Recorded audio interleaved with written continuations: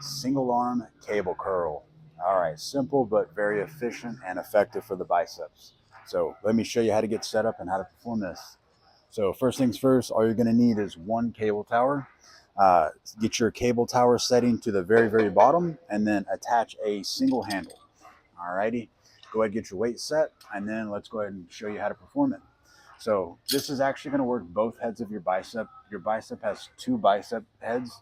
It splits directly down the center. This is going to work both parts, all right? All right, so what you're going to do, if I'm working my left bicep, I want my left arm directly in line with this pulley, all right? So I wouldn't want to be here, right? I want to be, bam, it's in line. Now take this elbow and lock it at the front of your rib, not at the back, right at the front. That's where it stays this entire set. That's the most important part of this movement, is keeping that elbow here. All right, body and head and chest up, elbow tight, curl, contract. Keep your bicep contracted on the way down. All right, notice how my elbow is not moving. That's what's going to make this an isolated movement for my bicep.